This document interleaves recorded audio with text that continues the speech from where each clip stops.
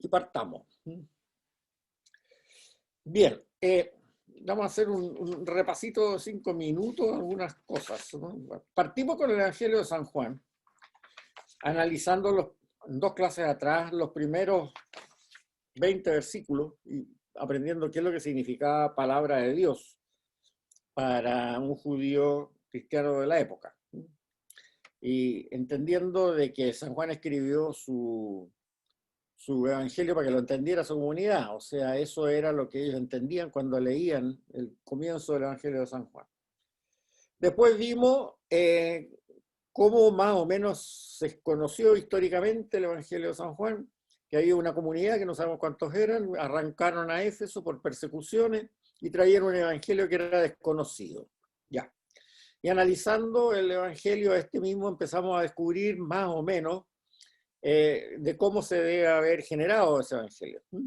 O sea, de una comunidad judeo-cristiana que tenía persecuciones, que los estaban echando de las sinagogas, y eso significaba tener serios problemas para el próximo cumpleaños del emperador romano, que no, tendrían que echarle incienso a la estatua, y eso para un judío cristiano no podía ser, porque significaba renegar de Jesucristo como persona divina.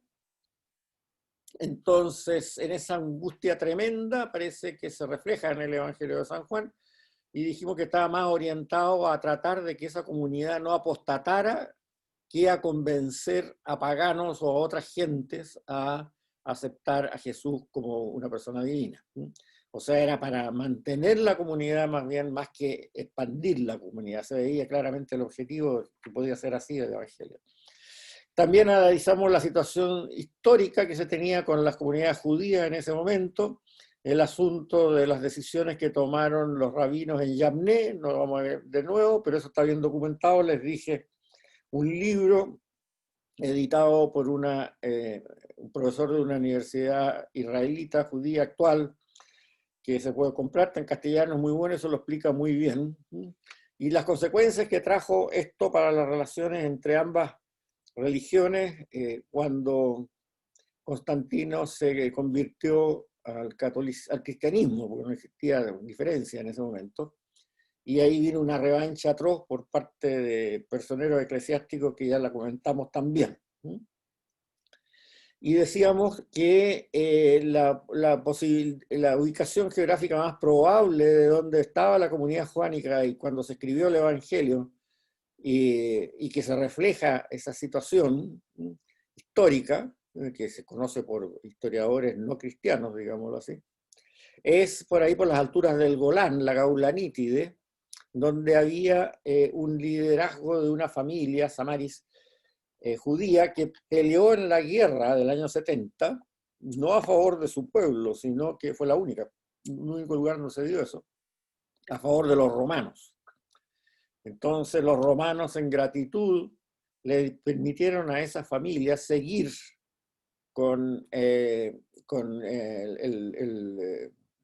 siendo los amos, digamos, de esa zona, de la zona de las alturas del Golán. Bien, después empezamos a ver ya algunos aspectos de la teología de San Juan, puesto que en la escuela de Juan es evidentemente un foco muy importante de la teología primitiva cristiana, tal como es San Pablo también. No solo trata de revivir lo vivido en la época de Cristo, recoger las tradiciones, qué sé yo, etcétera, etcétera, etcétera, sino también tiene una explicación de lo que ha visto, ¿no? Igual que Pablo. Entonces, el primer punto que vimos es la teología de la preexistencia. O sea, Jesús es un ser divino, una emanación de la divinidad misma, no es un ser humano en su origen. Acuérdense de toda la discusión que tuvimos sobre lo que era palabra de Dios, y la palabra fue la que se encarnó, la palabra fue la que se tradujo a ser humano como persona, habría dicho Aristóteles, pero Aristóteles no era conocido en la época de Isaías, Jeremías, Ezequiel, etc., no había nacido. Pero Juan lo tiene bien claro, es la teología de la preexistencia. El segundo punto que habíamos visto de la teología Juan era que como era un ser divino, traducido a ser humano, digámoslo así, encarnado, Jesús es dueño de su destino. Él le dice a Judas, lo que vas a hacer, hazlo ya. Él sabía lo que iba a hacer. O sea, no lo toman por sorpresa. No es el caso, por ejemplo, de Marcos, ¿no es cierto?, cuando vimos la parábola, no la parábola, el relato ese de la mujer que tenía sangramiento, que le roba el milagro a Jesús. Lo hace sin que, el milagro ocurre sin que Jesús haga nada y ni siquiera se dé cuenta. Aquí no, él se da cuenta de todo. Incluso, no sé si les llamé la atención en eso, pero en el caso ese simpático, ¿no?, de cuando lo van a tomar preso en el Monte de los Olivos, él actúa con majestuosidad. O sea, él le pregunta a los que vienen con palos y todo, y espadas y lanzas, le dice, ¿a quién buscan? Entonces los otros le contestan, a Jesús de Nazaret. Y él dice, yo soy. Y al decir yo soy, los otros ¡brum!, se caen todos en tierra. Y eso sucede 3 veces. Y a la tercera vez se deja tomar, se deja arrestar. Ese yo soy debe haber sido, y lo repite mucho el Evangelio de San Juan, yo soy la puerta de las ovejas, yo soy, yo soy, yo soy. Yo les hablaba la clase pasada que ese yo soy en hebreo se dice Yahvé. Claro, en griego no se nota tanto porque ego eimi, pero en hebreo es Yahvé. Eso significa el nombre de Dios. Cuando, eso lo vimos en la primera clase, o la segunda, cuando vimos el lenguaje, cuando Moisés está frente a Dios en el monte Sinaí para recibir las tablas de la ley, le pregunta, no cuando, perdón, antes, cuando está frente a Dios, en la zarza ardiente, y Dios le dice que va a salvar al pueblo y que vaya a hablar con el faraón porque los deje salir y todo lo demás. Entonces Moisés como que se asusta un poco, por lo lógico, y dice, bueno, ¿cuál es tu nombre, Dios mío? ¿A quién digo que me dijo, qué divinidad digo, cómo la nombro, que me dijo que tengo que hacer esto? Y él le dice, yo soy, dirás que te dijo hacer esto. Yo soy, o sea, Yahvé, yo soy. Y en el caso de yo, Yahvé, yo soy, es un verbo que el tiempo es indeterminado. O sea, puede ser yo soy, yo fui, yo seré, yo ya, etc. En futuro, pasado, presente se dice Yahvé igual. En el contexto hay que ver si se refiere al presente, pasado, futuro. Pero en ese caso, en el mensaje que hace a la sarda, a Moisés en ese momento, no le da contexto. O sea, lo que está diciendo, el que es, el que era, el que fue y el que será siempre, te mandó decir esto al faraón. Yo soy, ya ve. Entonces, cuando él dice, el Señor, yo en el Evangelio de Juan, yo soy la puerta, yo soy la luz, la verdad y la vida, yo soy, a nosotros nos parece una cláusula identificatoria, ¿no?, sin mayor sentido. Pero en el momento en que se predicó eso en hebreo, tenía una significancia feroz, tremenda. O sea, Yahvé dice, yo, Yahvé. Y para el judío piadoso de esa época, como el segundo mandamiento dice no jurar jamás y no mencionar el nombre de Dios en vano, no, el judío piadoso no decía yo soy, salvo que se refiriera a Dios. Un ejemplo tonto que le voy a poner, digamos, ¿no? El judío piadoso en esa época jamás habría dicho yo soy del Colo-Colo. Habría dicho me gusta el Colo-Colo. Porque decir yo soy del Colo-Colo significa meter el nombre de Dios, Yahvé, en medio. Entonces, evidentemente no cabe la menor duda qué significancia se le está dando a ese término en el Evangelio de San Juan. El tercer punto de la teología juánica, para hacer este repasito, es el punto de los discursos del Señor. Los discursos. O sea, yo les decía en la clase pasada que en los evangelios sinópticos muchas veces el Señor se retiraba a rezar. Lo tenemos a cada rato en los evangelios sinópticos. Pero no dice en los evangelios sinópticos qué es lo que rezaba, cómo rezaba, qué cosas conversaba con su Padre cuando rezaba. Aquí tenemos tremendos discursos de Jesús que cuentan su relación con el Dios Padre. Yo les leí entero, que sale en los apuntes, el capítulo 17, y les di una tarea que imagino que todos hicieron, o sea, no me cabe la menor duda que todos ustedes la hicieron. ¿Se acuerdan de la tarea o no? Ya. Les dije, lean el capítulo 15, 16 y 17, y se los puse ahí en los apuntes, además. Lean el capítulo 15, 16 y 17, son poquitas páginas, son como 3 páginas. Y además vean que el final del capítulo 14 y el comienzo del capítulo 18 encajan perfectamente.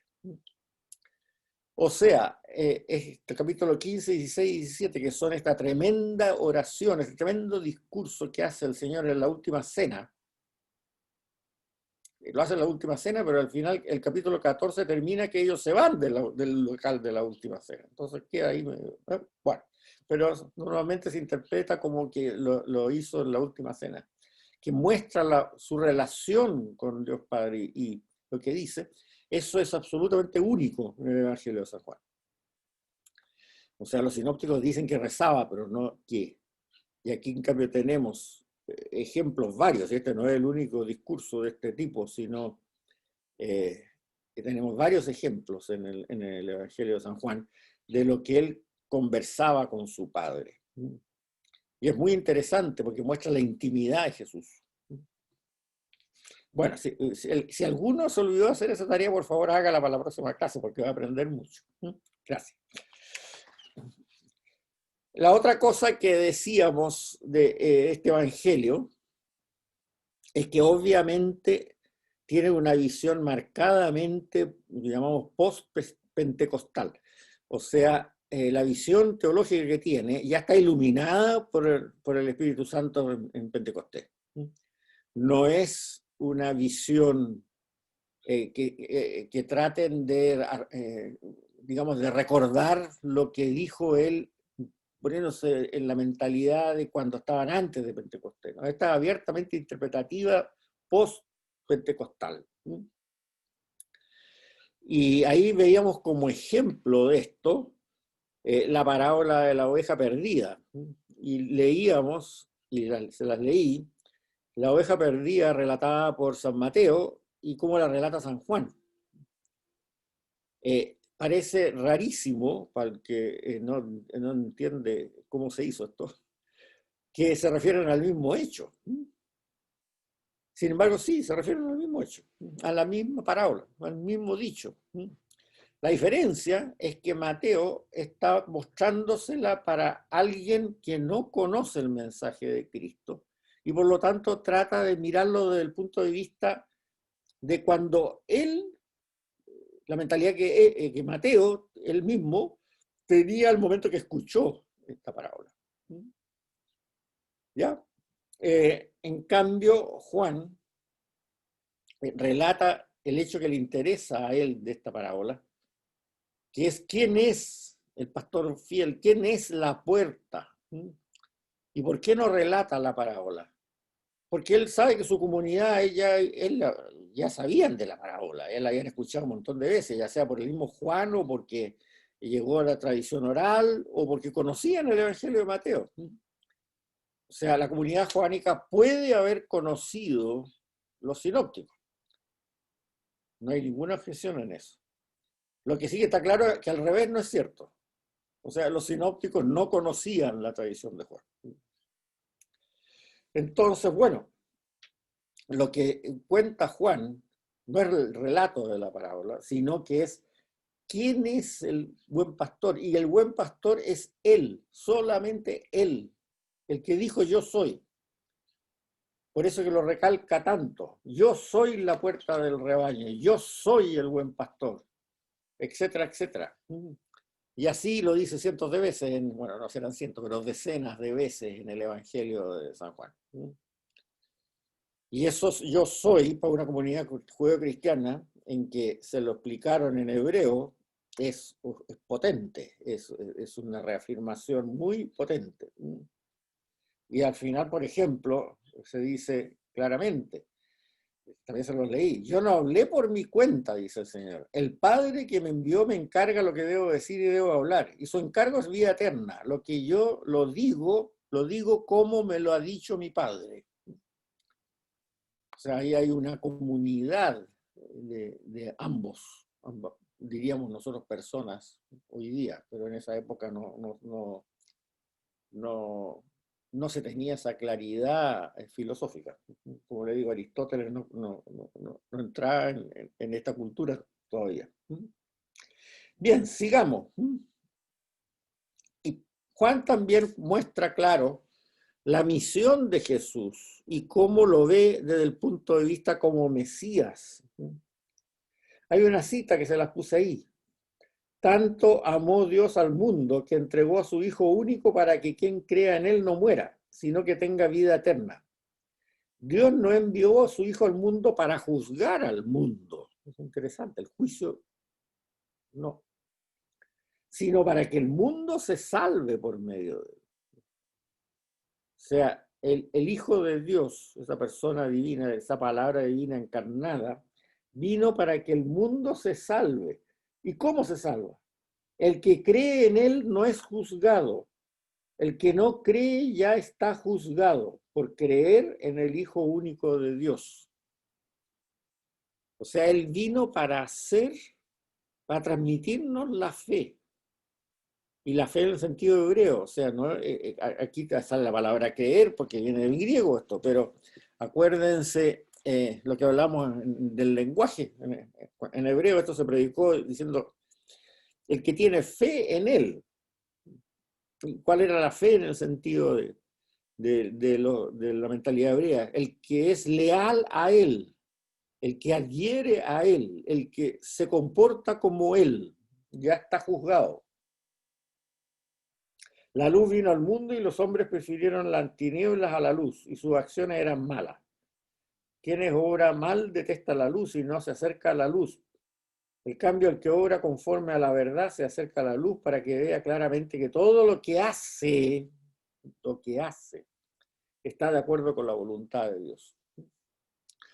Ahora, aquí hay algo que es interesante que no están en los apuntes, pero se los leo. Este evangelio se aleja totalmente del concepto del mesianismo davídico, o sea, de David, tan presente en los evangelios sinópticos. Por esa razón, este evangelio omite el nacimiento en Belén, ya que esta era la tierra de David, cosa que para Juan no tenía ningún interés. Y se omiten también las genealogías que ponen tanto Mateo como Lucas al principio de sus evangelios. O sea, Juan, ese Mesías, imagen de David, el rey victorioso, el rey peleador en las batallas, el rey que provoca la creación de un reino humano aquí, en esta tierra, poderoso militarmente, para Juan no vale nada. No es esa la imagen que da de Jesucristo. Y no le interesa esa imagen. Para nada. O sea, se daba cuenta, después de la catástrofe del año 70, que muchos que creyeron que el Señor iba a restaurar el reino de David estaban profundamente equivocados. Eso no era su misión. Su misión era para que el mundo se salve por medio de él y que el mundo obre conforme a la verdad de él, que lo hace de acuerdo a su voluntad. La imagen de Jesús en el Evangelio de San Juan se asemeja más a Moisés, que era una persona que dialogaba con Dios cara a cara. sea, se sentaban juntos, Yahvé y Moisés, y conversaban en el Sinaí, frente a la zarza ardiente, qué sé yo, y Dios se revelaba como persona frente a ellos, frente a Moisés. Pero al contrario de Moisés, que era una persona totalmente humana, Jesús es la divinidad hecha carne que habitó entre nosotros. Por eso, este evangelio no comienza con la genealogía humana de Jesús, como hace Mateo, que hay una lista tremenda de gente, desde Abraham hasta José, y Lucas también la da, sino que comienza con la genealogía divina de Jesús. ¿Quién es Jesús? El Verbo se hizo carne. Esa es la genealogía que le interesa a Juan. Sigamos con otro puntillo. El Cordero. Juan, como buen judío cristiano y piadoso, tiene mucha afinidad con comparar a Jesús con el Cordero Pascual. Los corderos pascuales que se sacrificaban en el templo, y que Jesús ahora él lo asimila al cordero que se sacrificó después de cumplir su misión con nosotros en esa Pascua. O sea, para él no es casualidad que haya resucitado en la Pascua y que haya sido crucificado en el día de la preparación de la Pascua, donde se preparaban los corderos para el sacrificio.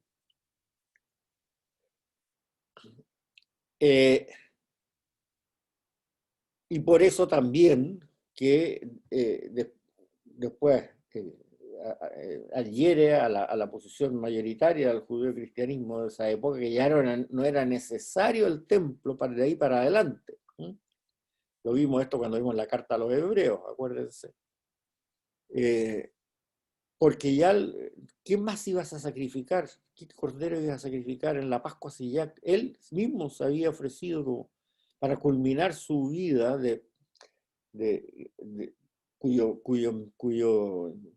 cuya misión la acabamos de describir en este momento en la boca misma de Juan?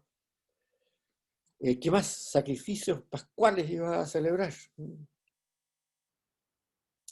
Y las asimila también en algunos detalles. Por ejemplo, Juan dice que Pilato mandó quebrarle las piernas a los crucificados para acelerar la muerte. Porque estaban colgados y la muerte ocurría por asfixia. Pero si tenían las piernas en buen estado, podían estar medios parados todavía. Y entonces esa colgadura de arriba que la comprimía los pulmones no iba a llegar nunca. Y por lo tanto iban a sobrevivir hasta que ya cayeran extenuados y no pudieran sostenerse parados en la cruz. Por eso les quebraban las piernas para que colgaran efectivamente. Y al colgar los pulmones quedan comprimidos y por lo tanto les mueren por asfixia. Pero sin embargo a él no le quiebran las piernas porque ya lo traspasan con la lanza solamente, porque ya pensaron que había muerto. Ahora, eso tiene importancia para el Cordero Pascual, que el símil del Cordero Pascual que hace Juan. Porque en la preparación de los corderos para ser sacrificados en el día de Pascua, que según Juan, Jesús murió exactamente en ese mismo día, en el día de la preparación de la Pascua. El cordero tenía que ser sin fallas y no podía ser con el que tuviera algún hueso roto. Eso lo dice el libro del Éxodo del Antiguo Testamento, en la Torá. Entonces, por eso lo nombra Juan ese hecho. Porque efectivamente Jesús, el Cordero Pascual de esa Pascua, murió sin que tuviera un hueso roto. Fue sacrificado sin que tuviera un hueso roto. Bien, otra característica de la teología joánica, el dualismo.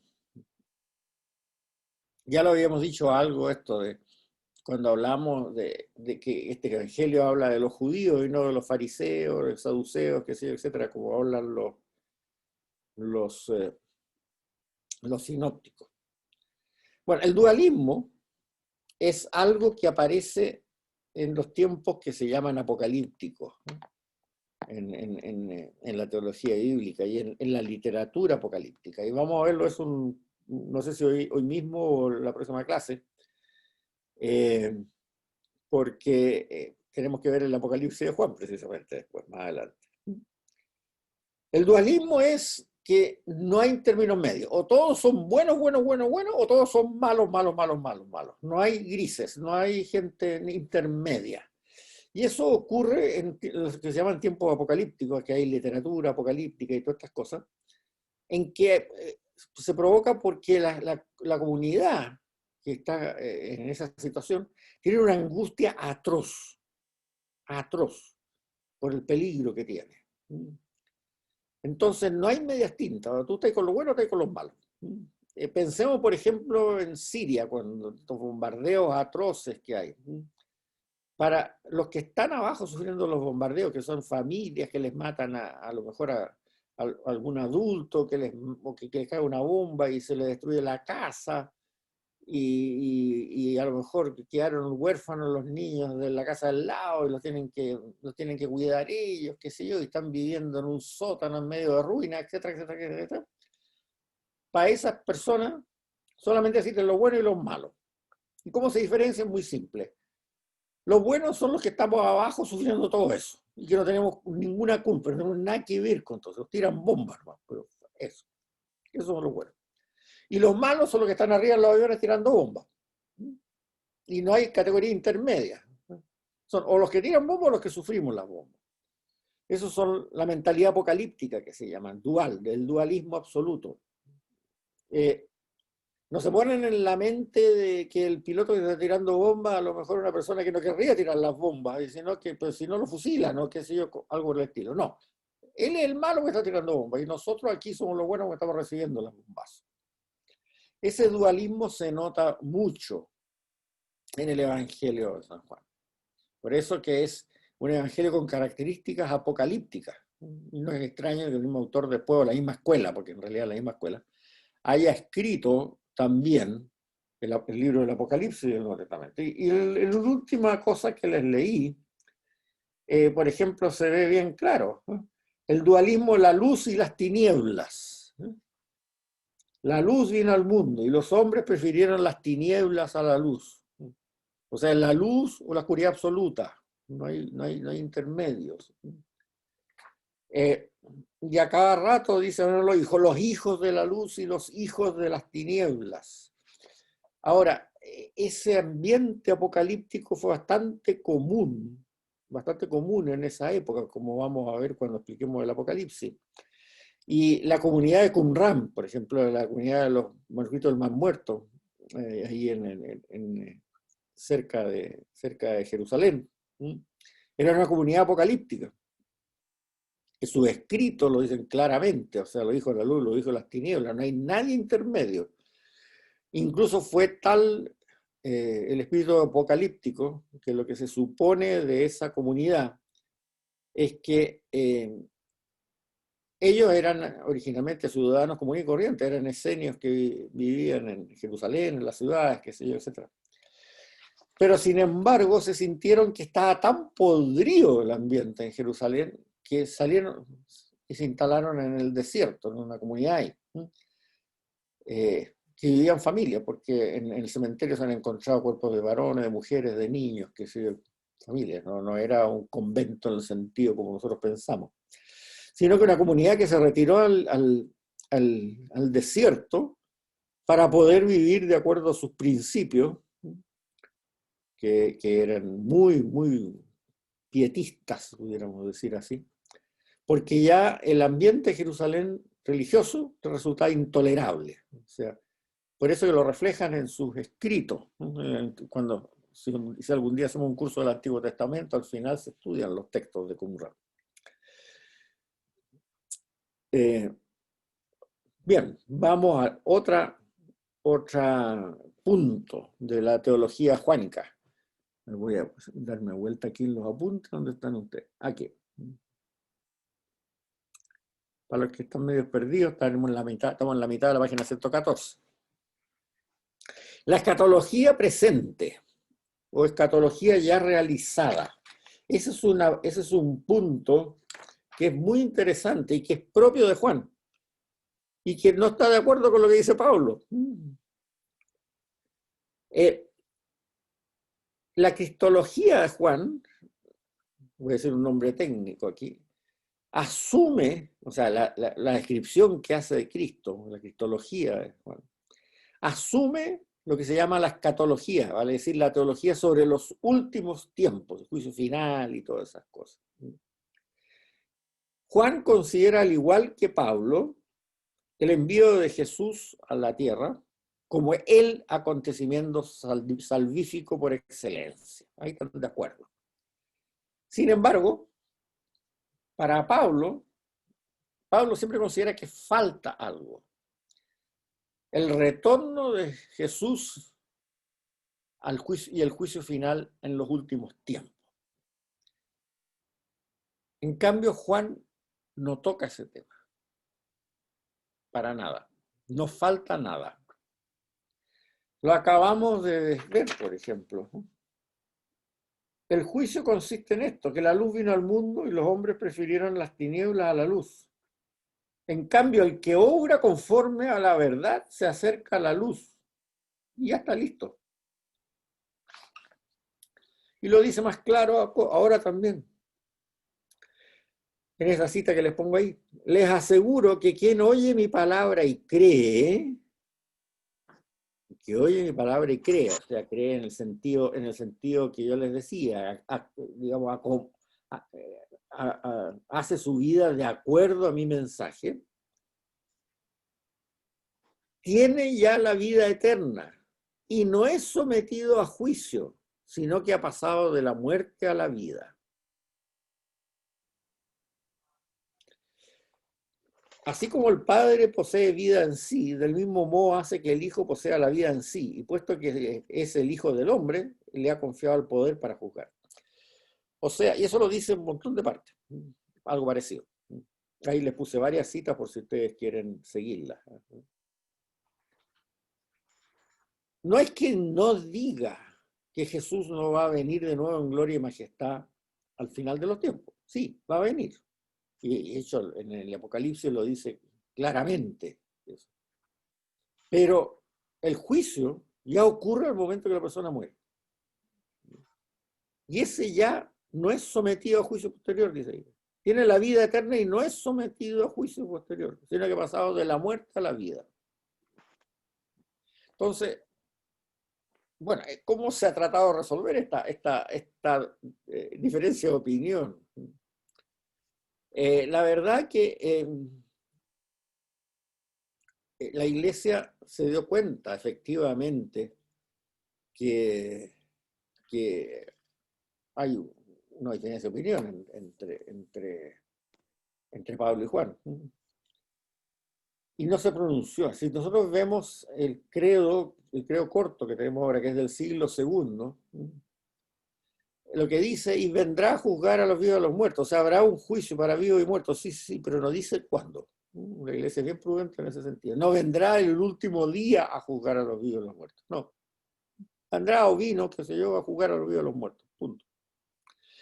Vendrá a lo mejor para la muerte de cada uno a juzgar a esa persona, entra o no entra, al momento de morir. Eso vendrá también, vendrá.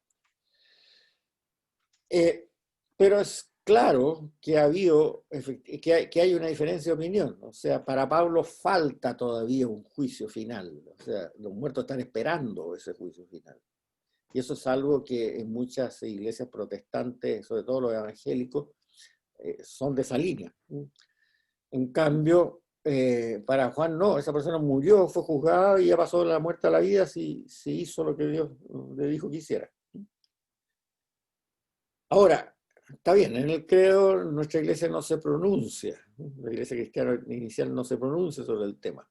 Pero si ustedes me preguntan mi opinión personal, la pueden divulgar, porque no es una opinión personal, no van a ser un problema, pero me van a encontrar razón. En la práctica, la Iglesia le ha dado la razón a San Juan. Y por una razón muy simple se deduce eso. Porque si no fuese así, la Iglesia no podría canonizar a nadie. Porque esa persona muerta ahora estaría esperando el juicio final para saber si efectivamente halló gracia a los ojos de Dios o no. Por lo tanto, no se puede canonizar. Pero en el momento que sí que la puede canonizar, quiere decir que efectivamente en la práctica está siguiendo el criterio que dice San Juan. No hay un juicio final pendiente que pueda cambiar lo que ya fue juzgado de cada persona al momento de morir.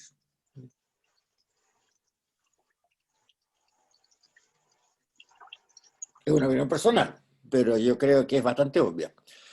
Así que, bueno, eso.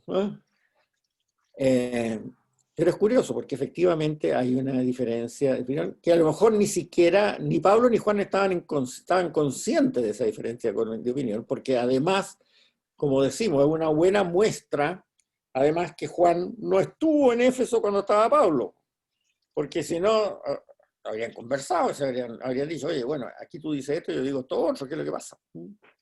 No, el Evangelio de Juan llegó a Éfeso cuando ya Pablo no estaba, y no en manos de Juan. Está claro. Y el Papa Benedicto XVI, en la hojita que les mandé, y que ahora esa hojita ya la incluí para la versión del año 2021 de los apuntes, lo deja bastante claro. Bien, ese es lo que se llama la escatología presente.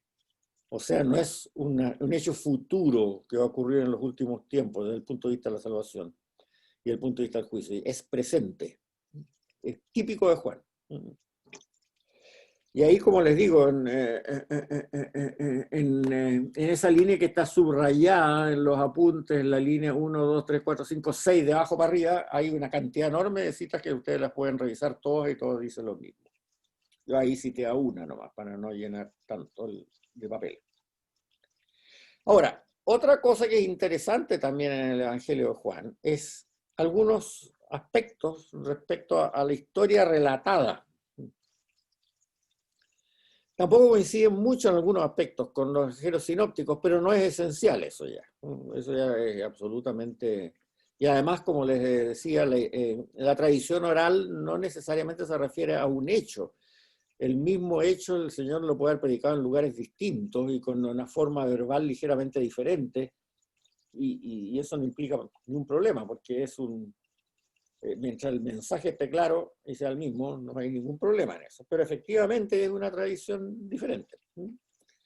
Por ejemplo, en los tres sinópticos, el Señor predica en Galilea primero y hace un solo viaje a Jerusalén para el Domingo de Ramos, ya. Una sola vez. En cambio, en el Evangelio de Juan, el Señor predica en Galilea, pero viaja 3 veces a Jerusalén. Las 2 primeras va, predica y vuelve. Y la tercera coincide con los sinópticos. Llega para el Domingo de Ramos. Bueno, ¿cuál es la verdad? Da lo mismo. O sea, para los sinópticos explicar esa tercera vez era sumamente importante, y las otras predicaron ese mensaje sin decir dónde estaba, y se suponía que estaba en Galilea, todo el mundo se lo predicó en Galilea, pero a lo mejor efectivamente esos textos fueron predicados en Jerusalén. No tiene mayor importancia, pero de repente se le echa en cara a algunos de estos ateos militantes de que todo esto es una creación, porque fíjense las contradicciones, ¿no? Las contradicciones no tienen ninguna importancia. Hay cosas que se relatan solo en el Evangelio de Juan. Por ejemplo, el milagro de las bodas de Caná, la conversación con Nicodemo, el caso de la mujer samaritana que está en el pozo de Jacob y que el Señor le pide que le dé agua porque tiene sed, y que le dice que tiene 7 maridos, qué sé yo, etcétera, etcétera. El lavado de los pies el Jueves Santo también es solo en el Evangelio de Juan. La resurrección de Lázaro también es solo en el Evangelio de Juan. En los otros evangelios de los sinópticos hay resurrecciones también, el de la viuda de Naín y el otro no me acuerdo cuál es, pero el hijo de una viuda sola, qué sé yo. Pero son dos allá, que no los cuenta Juan. Juan cuenta solamente el de Lázaro. Lo curioso también, que también en el Evangelio de Juan hay cosas que se dicen en los sinópticos que no se dicen en Juan. Por ejemplo, la curación de leprosos. La actividad de Jesús como exorcista. No aparece expulsando demonios en el Evangelio de Juan. Eso es exclusivo de los sinópticos. Y el bautismo de Jesús, la forma de ser bautizada tampoco se relata. Sí se relata mucho su relación con Juan Bautista. Ahora, ¿tiene algo de raro? No, porque las cosas que debe haber hecho Jesús durante 3 años de su vida pública deben ser infinitas, de valiosas y de importantes. Y obviamente en un libro corto, porque en esa época los libros, como yo les decía, se hacían bien cortitos por el hecho del trabajo que tenían en copiarlo, en fabricarse la pintura, fabricarse el papel y todo lo demás. Cada evangelista escogió los temas que le eran más importantes de acuerdo a su enfoque teológico. Y dado que Juan es un teólogo de primera línea, igual que Pablo, obviamente selecciona aquellos puntos que son de interés para la visión teológica que él tiene.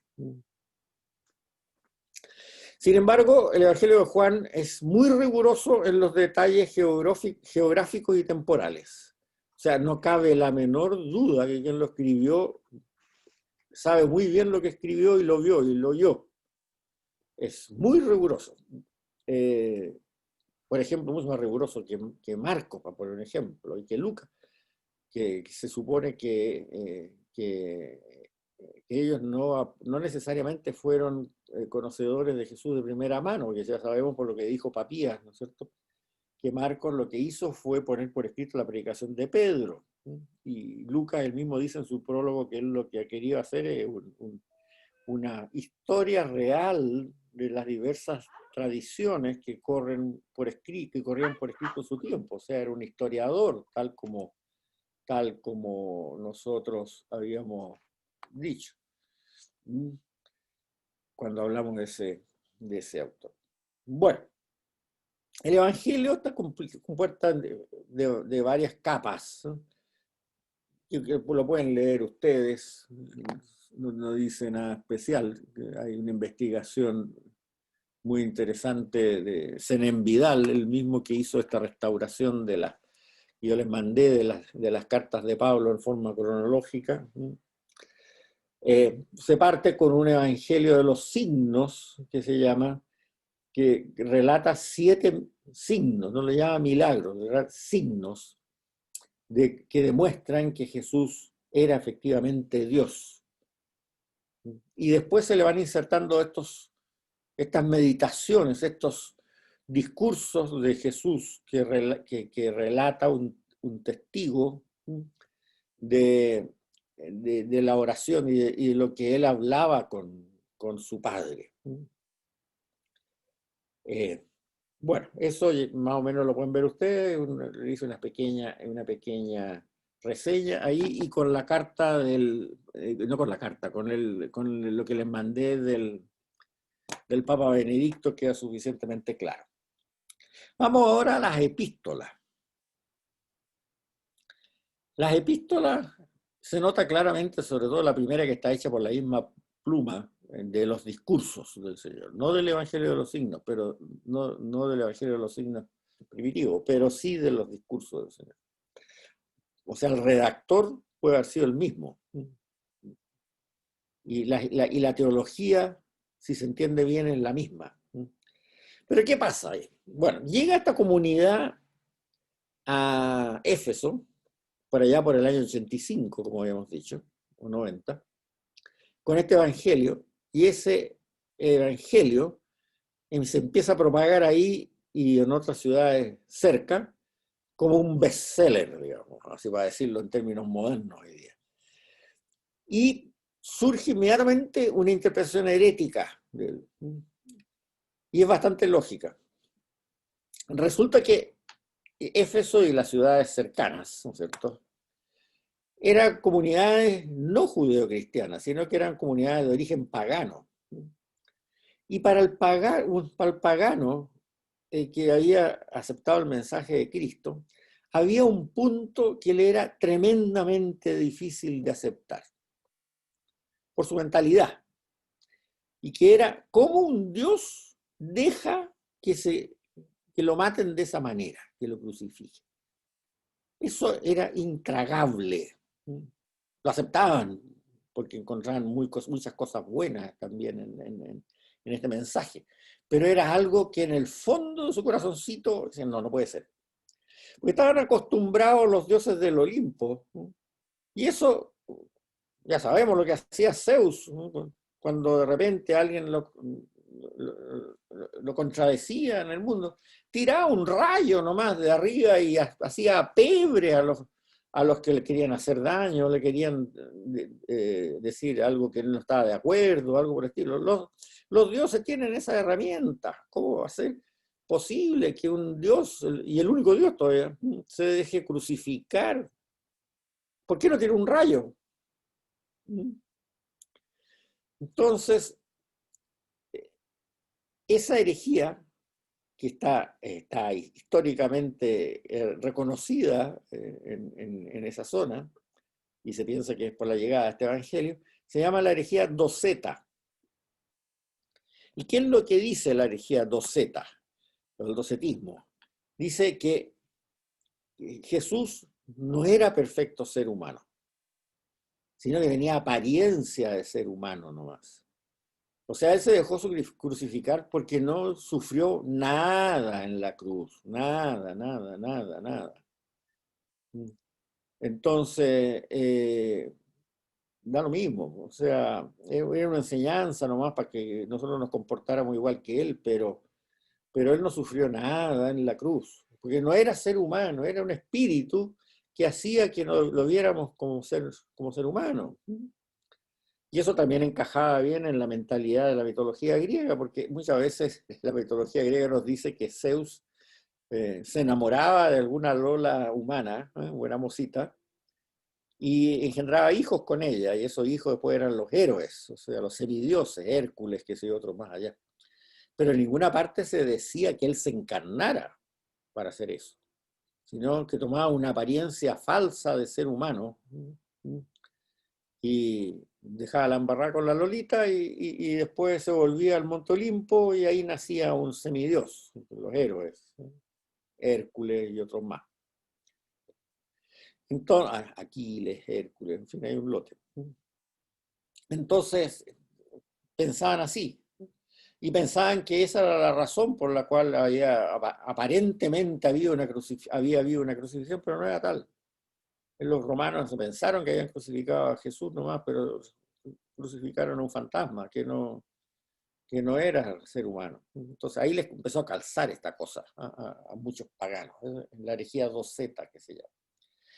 Pero ahí la iglesia en Éfeso y la iglesia original paulina ahí de Éfeso reaccionó en forma muy fuerte, porque eso significaba que efectivamente entonces muchas de las cosas muy importantes que teníamos eran una farsa. Era una farsa, no era cierto. O sea, era un cuentito piadoso nomás, pero no ese ejemplo de vida de Jesús, de asumir, como decía Pablo, se hizo esclavo incluso hasta la muerte y muerte de cruz, como vimos cuando hablamos de la carta a los filipenses, era una pura farsa.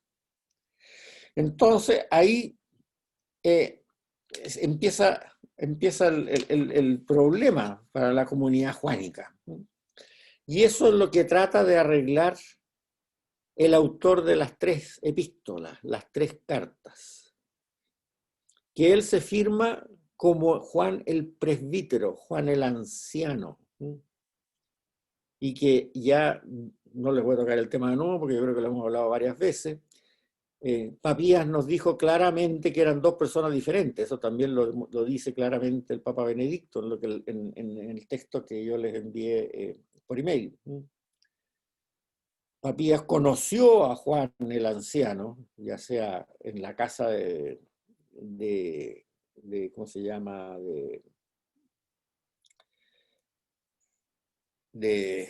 Ay, de este obispo que fue su profe. Bueno, no me voy a acordar. Que fue el destinatario de una de las 7 cartas de Ignacio de Antioquía, de Policarpo es misma. Papías conoció a Juan el presbítero directamente, parece, o a través de Policarpo en su casa, en la casa de Policarpo. Conoció al anciano Juan, y también se refiere al evangelista Juan como una persona, pero que es totalmente diferente. O sea, eso ya yo creo que hoy día para la ciencia bíblica, como tal como dice el Papa Benedicto, no tiene ninguna duda. Y además también se refleja en el hecho que haya tenido que escribir una carta para desvirtuar esta herejía doceta. Porque si él hubiera sido el autor del Evangelio, lo hubiera corregido. ¿Qué es lo que pasa cuando alguien escribe un texto, un libro, una conferencia, y después de escribirlo, se dan cuenta que lo entienden mal, que no entiende lo que quiso decir bien? Bueno, en la segunda edición lo corrige. Eso es lo que hace cualquier escritor en cualquier parte del mundo. Ya lo vimos en el caso de Pablo, igual. En la primera carta a los tesalonicenses, le entendieron mal, le entendieron que la segunda venida de Cristo iba a ser inmediata. Y por lo tanto, aquí íbamos a trabajar. ¿Se acuerdan? Bueno, ¿y qué pasa? Viene la segunda carta a los tesalonicenses, que la escribe alguien de su escuela, por encargo de él a lo mejor, o ya se había muerto, en fin, da lo mismo, que dice, no, si el tiempo cuando venga el Señor todavía no ha llegado y no sabemos cuándo va a llegar, así que siguen trabajando nomás. El que no trabaja, que no coma. Bueno, aquí pasa algo más o menos lo mismo. Juan el anciano, Juan el presbítero, el segundo Juan, según Papías, y según Polícrates, no se atreve a corregir el Evangelio.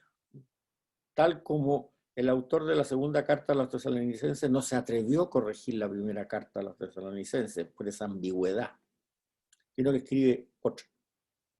Aquí pasa lo mismo. El autor de estas cartas, Juan el anciano, Juan el presbítero, que nombran Polícrates y Papías, no se atreve a corregir el Evangelio. Entonces escribe una carta, la primera, que se trata exclusivamente de este tema, del antidocetismo. Y voy a leer lo que dice aquí, en la primera carta. Y eso lo puse aquí en los apuntes. Queridos míos, no crean a todos los que se dicen inspirados. Más bien, pongan a prueba su inspiración para ver si procede de Dios, porque han aparecido en este mundo muchos falsos profetas. En esto reconocerán al que Dios inspira a todos. O sea, en esto reconocerán lo que dice el Evangelio, que es real. Toda inspiración que confiesa que Jesús es el Mesías, venido en carne mortal, procede de Dios. Y toda inspiración que no confiesa a ese Jesús venido en carne mortal, no procede de Dios, sino más bien del anticristo. O sea, todo aquel que dice que Jesús viene de Dios en carne mortal, ese es inspirado. Y todo aquel que dice que Jesús vino de Dios, pero no en carne mortal, vale decir como una imaginación, un fantasma, ¿no? Una cosa así, ese viene del anticristo. O sea, y eso lo recalca varias veces en esta carta, que es bastante breve. Por eso que tenemos, claro, lo que está haciendo aquí es corregir la interpretación que se tenía en Éfeso del Evangelio de Juan. Y no se atreve a corregirlo el escrito en sí. Y él dice, yo soy el fiel guardián de lo que se ha dicho. O sea, él es testigo de que efectivamente el evangelista dijo eso y escribió eso. Pero es testigo de lo que se ha dicho. ¿Se fijan? No es testigo de Jesús el original. Ahora, hace otra cosa también muy importante. Aquí voy a buscar una Biblia, porque esa no se las puse, porque es muy larga, para ponerla. Pero que es muy interesante. Este Juan II, Juan II, le escribe, eso sí, no se atreve a corregir el Evangelio, está claro, pero le escribe un epílogo al final. Y eso está absolutamente claro, como ustedes lo ven, van a ver. ¿Cómo termina nuestro Evangelio de Juan hoy? Fíjense bien. La última cosa que explica el Evangelio de Juan, de Jesús mismo, antes del primer final, antes del epílogo, es esa vez que se aparece a los apóstoles dos veces. La primera vez no está Tomás, y Tomás, cuando después le cuentan, no cree que el Señor ha venido, y después la segunda vez, cuando está, sí está Tomás, y así efectivamente Tomás cree en que Jesús ha venido. Ese es el último relato. Y después hace una despedida del autor. Jesús realizó en presencia de los discípulos otros muchos signos que no están escritos en este libro. Estos han sido escritos para que crean en Jesús, que Jesús es el Cristo, el Hijo de Dios, para que creyendo tengan vida en su nombre. Esto yo lo pongo en la página, no lo pongo el texto completo, pero lo explico al final de la página 117. Pero, y siempre lo leo en clase, pero ahora para la versión del año 21 del texto ya lo puse en los apuntes, porque si no, yo creo que muchos no van al texto para revisarlo. Leo de nuevo este epílogo. Jesús realizó en presencia de los discípulos muchos otros signos que no están escritos en este libro. Signos. No les habla de milagros, sino signos. Estos han sido escritos para que crean que Jesús es el Cristo, el Hijo de Dios, y para que creyendo tengan vida en su nombre. Biblia de Jerusalén. Pero después sigue. Después de esto, se manifestó Jesús otra vez a los discípulos a orillas del mar en el lago Tiberíades. Si ustedes se fijan, no calza. Esto fue agregado después que se escribió ese epílogo, porque aquí se está despidiendo. Dice. Jesús realizó en presencia de los discípulos otros muchos signos que no están escritos en este libro. Estos, hasta la fecha, han sido escritos para que crean que Jesús es el Cristo, el Hijo de Dios, y para que creyendo tengan vida en su nombre. Hasta luego. Pero después de esto, se manifestó Jesús otra vez a los discípulos a la orilla del mar de Tiberíades. Voy a leerlo completo. Se manifestó de esta manera. Estaban juntos Simón Pedro, Tomás, el que no había creído, Natanael, el de Caná de Galilea, los hijos de Zebedeo y otros dos de sus discípulos. Los hijos de Zebedeo se incluyen a Juan. Simón Pedro les dice, voy a pescar. Le contestan ellos, también nosotros vamos contigo. Fueron y se subieron a la barca, pero aquella noche no pescaron nada. Cuando ya amaneció estaba Jesús en la orilla, pero los discípulos no sabían que era Jesús. Les dice Jesús, muchachos, ¿no tienen nada que comer? Le contestaron, no. Él les dijo, echen la red a la derecha de la barca y encontrarán. La echaron y no podían arrastrarla por la abundancia de peces. El discípulo a quien Jesús amaba dice entonces a Pedro, es el Señor. Cuando Simón Pedro oyó es el Señor, se puso el vestido, pues estaba desnudo, y se lanzó al mar. Los demás discípulos vinieron en la barca, arrastrando la red con los peces, pues no distaba mucho de la tierra, sino solo unos 200 codos. Nada más de saltar a la tierra, ven preparadas unas brasas y un pez sobre ellos y el pan. Les dice Jesús, traigan algunos de los peces que acababan de pescar. Subió Simón Pedro y sacó la red a la tierra llena de peces grandes, 153. Y aun siendo tantos, no se rompió la red. Jesús les dice, vengan y coman. Ninguno de los discípulos que se atrevía a preguntar, ¿quién eres tú?, sabiendo que era el Señor. Viene entonces Jesús, toma el pan y se los da, y de igual modo el pez. Esta fue ya la tercera vez que Jesús se manifestó a los discípulos después de resucitar entre los muertos. Después de haber comido, dice Jesús a Simón Pedro, Simón, hijo de Juan, ¿me amas más que estos? Le dice él, sí, Señor, tú sabes que te quiero. Le dice Jesús, apacienta mis corderos. Vuelve a decirle por segunda vez, Simón, hijo de Juan, ¿me amas? Le dice él, sí, Señor, tú sabes que te quiero. Le dice Jesús, apacienta mis ovejas.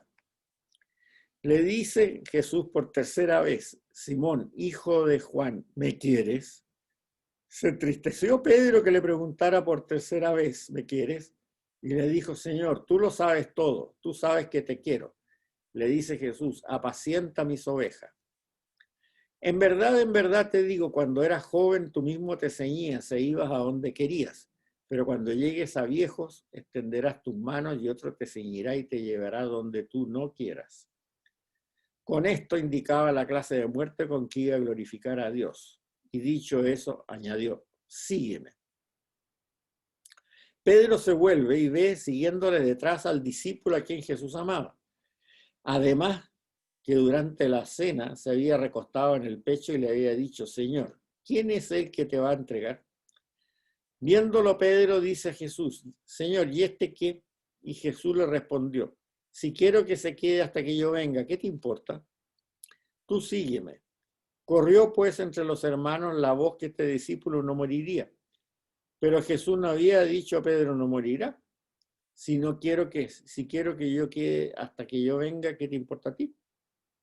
Y después viene la conclusión copiada de la primera.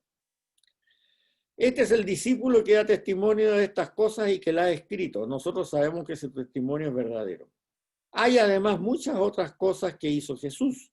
Si se escribieran todas una por una, pienso que ni todo el mundo bastaría para contener los libros que se escribieron. O sea, copia el epílogo anterior, más o menos lo adapta un poco y sigue así.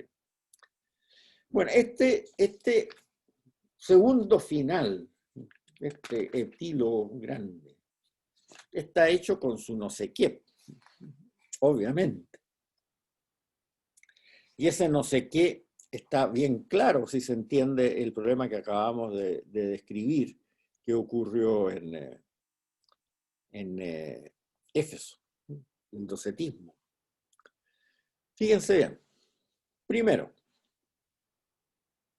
Jesús come pescadito a la brasa y les gusta, lo encuentra rico.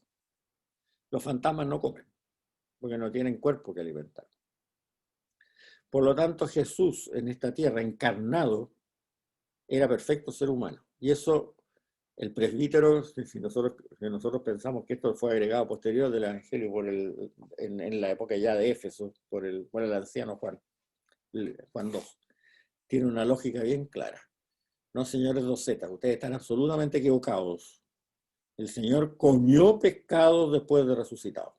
Y es la única parte donde dice que el Señor come después de resucitado, porque en los otros evangelios y en la parte anterior de Juan, antes de esto, el Señor se aparece, qué sé yo, pero no está claro que comiera. Aquí come, y le gusta pescadito asado a las brasas. Los fantasmas no comen. Después, la segunda cosa que se nota claramente que fue escrito con su qué, es la reafirmación de Pedro como la piedra. Por cada vez que lo negó Pedro, aquí el Señor le pregunta, ¿me quieres? Y él lo ratifica, apacienta mis ovejas. ¿Por qué eso es tan importante aquí reafirmarlo en vista a la crisis de Éfeso? Porque cuando ocurrió esta crisis en Éfeso, esta gente que abrazó el docetismo, a lo mejor sin pensarlo mucho, no estaba muy consciente del significado que tenía, etcétera. No hay que entrar a juzgar intenciones, sino se hayan aceptado el docetismo. Obviamente le echaron la culpa a Pedro y a Pablo, que estaban equivocados cuando dijeron que efectivamente la pasión y la muerte había sido una muerte real, cruenta. Y entonces dijeron, no, el que lo cierto era Juan. Por lo tanto, Juan y su escuela, el Evangelio de Juan en su escuela es la verdad, no lo otro. O sea, el convertirse en docetismo significaba negar la autoridad de Pedro y negar la teología paulina también.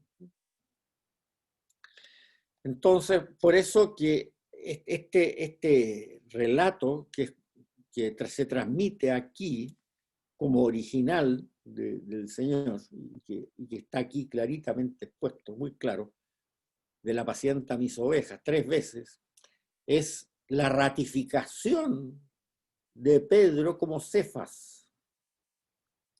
¿Ya? Es ratificado post su negación, post resurrección, como que aquel encargo que se le dio de ser el Cefas por toda su vida, sigue siendo válido a pesar de que lo haya negado. Por eso que además le da mucha fuerza a este relato, este segundo final agregado del Evangelio. Y la tercera cosa que no está muy clara, pero que también puede significar que lo entendieron así también los efesinos, es que dice claramente que el discípulo iba a morir. O sea, Juan el Evangelista iba a morir. Iba a morir y seguramente lo pone aquí en este dato, en este relato Juan de Éfeso, para decir, no, si el evangelista y yo somos distintos, o sea, el otro ya murió, no inventen cuentos. No inventen cuentos. Eso no está muy claro porque se puede interpretar de muchas maneras, pero es susceptible de ser interpretado de esta manera y explicaría el por qué se pone algo así, digamos, porque Pedro le dice, ¿y este qué? Como siendo mi rival de ser el Cefas, ¿qué? No, iba a morir igual, no te preocupes, es problema de él y yo.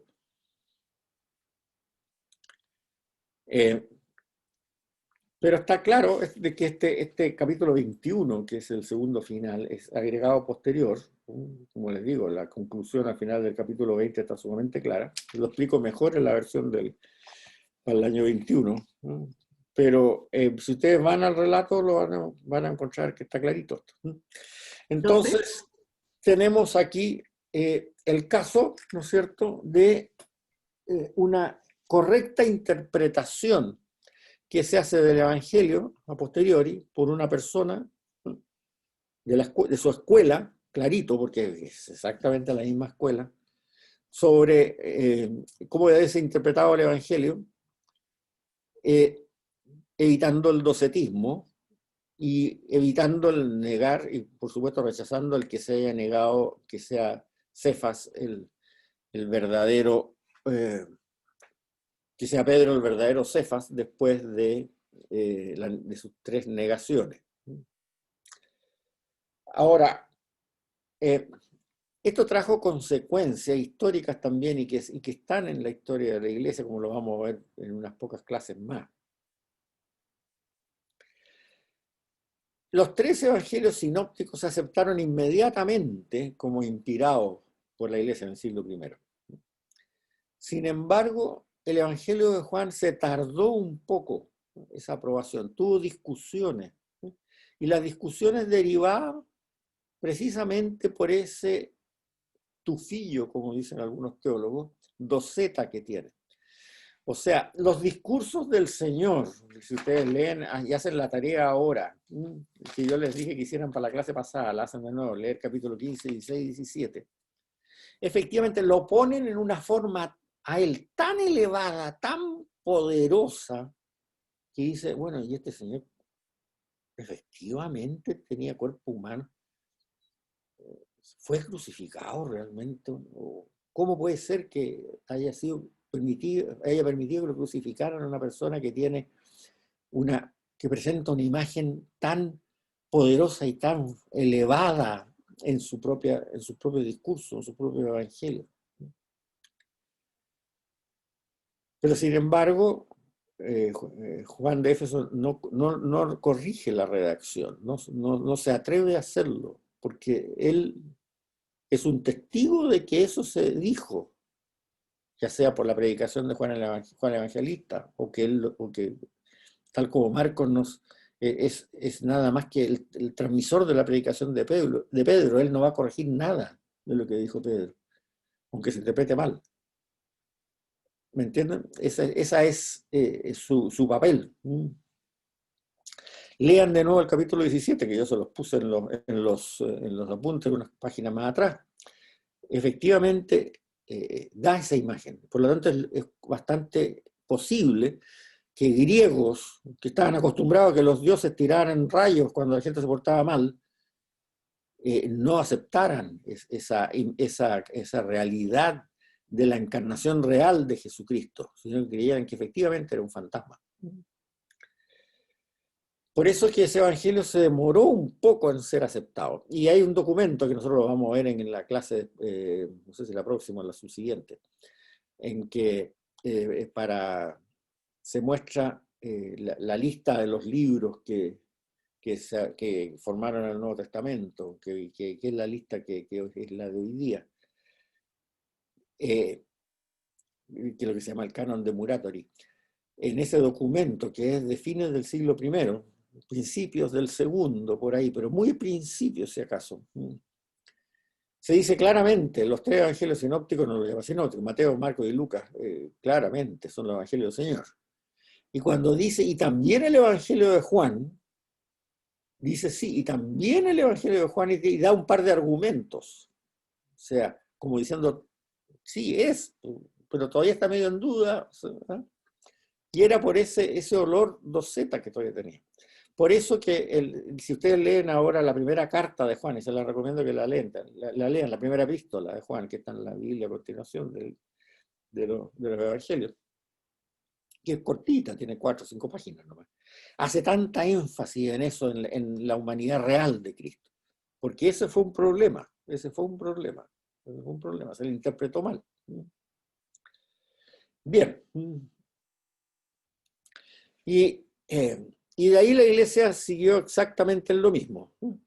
O sea, el Evangelio de Juan es perfectamente inspirado, canónico y es muy valioso por lo demás, por todo lo que trae y por todos estos conceptos que son de imagen del Señor que da. Pero tiene que ser interpretado de acuerdo a lo que dice el segundo final y lo que dicen las cartas. Esa es la interpretación correcta. Tal como para San Pablo también es lo mismo. La primera Tesalonicense es absolutamente inspirada, pero tiene que ser interpretada de acuerdo a lo que dice la segunda carta de los Tesalonicenses. Porque ahí está ratificado la forma correcta en que el autor original quiso decir, independientemente que se interprete mal porque son comunidades distintas, una es de paganos y la otra es de judíos, qué sé yo, etcétera, etcétera, etcétera. Bien, ¿cómo estamos? ¿Alguna pregunta sobre todo esto? Es muy interesante el Evangelio de Juan. Es muy, muy, muy interesante. Bien, empezaríamos entonces. Profe, Sí, dígame nomás. una pregunta. ¿Por qué este segundo, el Juan 2, o sea, ya entiendo que por estos escritos se llaman docetas? ¿Por qué esto? O sea, él se atreve a aclarar esto en ese tiempo, Juan 2. ¿Por qué lo agrega? ¿Por qué se atreve? ¿Por qué fue tan importante los docetas? Bueno, a ver, en ese momento era un cisma requete contra importante, porque estamos pensando que la comunidad en total mundial deben haber sido, no sé, quizás 1000 personas o algo por el estilo. Entonces, que de repente se te salieran con ideas raras, un grupo de ciudades griegas que era importante, que eran importantes a nivel cultural mundial, era grave, o sea, era evidentemente grave. Ahora, ¿por qué era importante desde el punto de vista doctrinal? Porque entonces el Evangelio pasa a ser una fábula. O sea, si a ti te dicen que este Señor efectivamente Cristo fue crucificado y resucitó entre los muertos, y ese, como dice Pablo, es el hecho central de nuestra teología, si resulta que no fue crucificado nada, sino que crucificaron un fantasma nomás, ¿qué sentido tiene que haya resucitado? No resucitó tampoco. Se apareció como fantasma después, Ya. de nuevo. O sea, está reatificando la resurrección, en definitiva. Claro, claro, claro. O sea, era convertirlo en una fábula como tantas fábulas de Esopo o de esos griegos por ahí, digamos, una fábula, el Evangelio pasaba a ser una fábula moralista, ¿no? ¿Y los sinópticos no tenían las apariciones de Cristo? Sí, pues estaban los discípulos de Sí, Maús. sí, sí, tenían las apariciones y lo reconocen, pero, a ver, pero el problema no es estas apariciones, o sea, efectivamente Juan 2, también podría haber, en vez de haber escrito esta en el lago de Galilea, haber escrito las de Maús, también, bueno, y seguramente las conocía también. Ahora, ¿por qué? El problema no era tanto qué aparición escogió Juan 2. El problema era para qué la escogió. O sea, las otras, las de Emaús y las otras, como no había en ese momento una crítica de tipo 2Z, no hacen tanto hincapié en el hecho de comer. Es cierto que en Emaús también parten el pan y se los entrega, pero Sí. si tú te fijas, el Señor ahí en ese momento se desaparece. O sea, no se dice que él también comió de ese pan. No sé si me entiende. Sí, sí, lo Ahora, es entiendo. un término leguleyo, pero que los intérpretes de los textos te los sacan, ¿no? Y en la época, y seguramente en la época de Juan II, de haber pasado eso. Oiga, sí, Baú efectivamente lo reconocieron al partir el pan, pero al partir el pan nomás, no al comer el pan, porque ya no Ya, estaba. perfecto. Entonces, Juan II escoge esta y lo relata de una forma tal de que efectivamente come y come con ellos. Y ellos se dan cuenta que el Señor mientras están comiendo, pero no se atreven a decirle nada.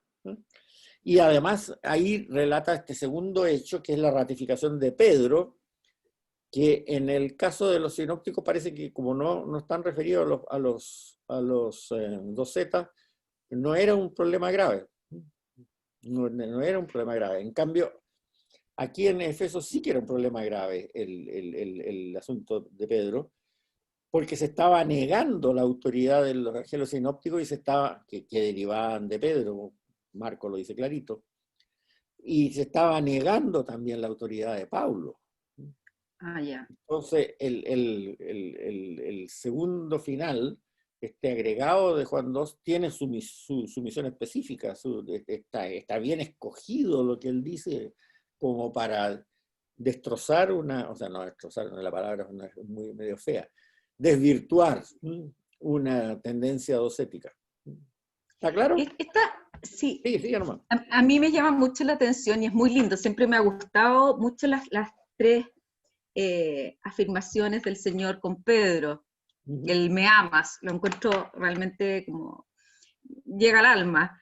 Y la humildad finalmente de reconocer de parte de Pedro que él sabe todo y que él conoce su corazón y que tiene en definitiva o sea, que lo perdona y que le deja, a pesar de eso, que es lo que usted nos enseñó hoy día, este mandato, o sea, esa confianza que tenía Jesús en Pedro y cómo lo tiene que desestructurar para que sea humilde y tome, en definitiva, la cabeza de la iglesia, es asombroso y da mucha esperanza, digamos, sobre el perdón. Bueno, Siempre lo vi desde ese punto de vista. Bueno, ahora me abre más el espectro y lo encuentro maravilloso. O sea, yo en ese sentido le agradezco mucho, porque bueno, es maravilloso todo lo que nos cuenta. sí, Y nos abre la mente. efectivamente eso que dice usted es muy cierto y es muy importante porque el Señor lo podría haber perdonado, pero lo podría haber dicho, oye, ¿sabes qué más? Ya no calificáis para Cefas, así que voy a nombrar a otro. Te perdono, sí, te perdono, ningún problema, pero ya no calificáis para Cefas, así que te voy a nombrar a otro. Y no es así. Y nosotros tenemos la tendencia muchas veces cuando perdonamos a alguien a pensar de esta otra manera que yo digo que no es la que usa el Señor, ¿no es cierto? Sí, te perdono, está bien, ya, pero te descalifico igual. Aquí el Señor lo perdona y no lo descalifica, o sea, el perdón es total, borrón y cuenta nueva. O sea, y además muestra efectivamente algo que es muy importante, que es la característica divina del Señor también cuando estaba en esta tierra, porque Él escogió a Pedro como Cefas, sabiendo sus debilidades, y no se equivocó. Hay mucha gente que piensa también, y esto sirve también para algunas preguntas que me han hecho algunas veces en el curso, no sé si en este caso se ha dado, a veces me han mandado muchos emails haciendo preguntas que yo agradezco mucho porque son bien entretenidos y los puedo contestar. Pero alguna vez me preguntaron, bueno, el pueblo de Israel al final no reconoció a Jesús como el Mesías en forma mayoritaria, ¿cierto? ¿No significa que se equivocó el Señor a escoger a Israel como pueblo escogido? No, pues. Algún día lo reconocerán, tal como pasó con Pedro.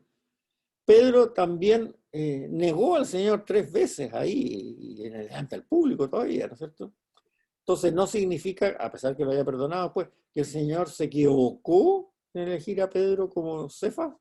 No, no se equivocó en ninguno de los dos casos, ni al escoger a Israel como el pueblo escogido, a pesar que tampoco lo ha reconocido hasta hoy día la gran mayoría.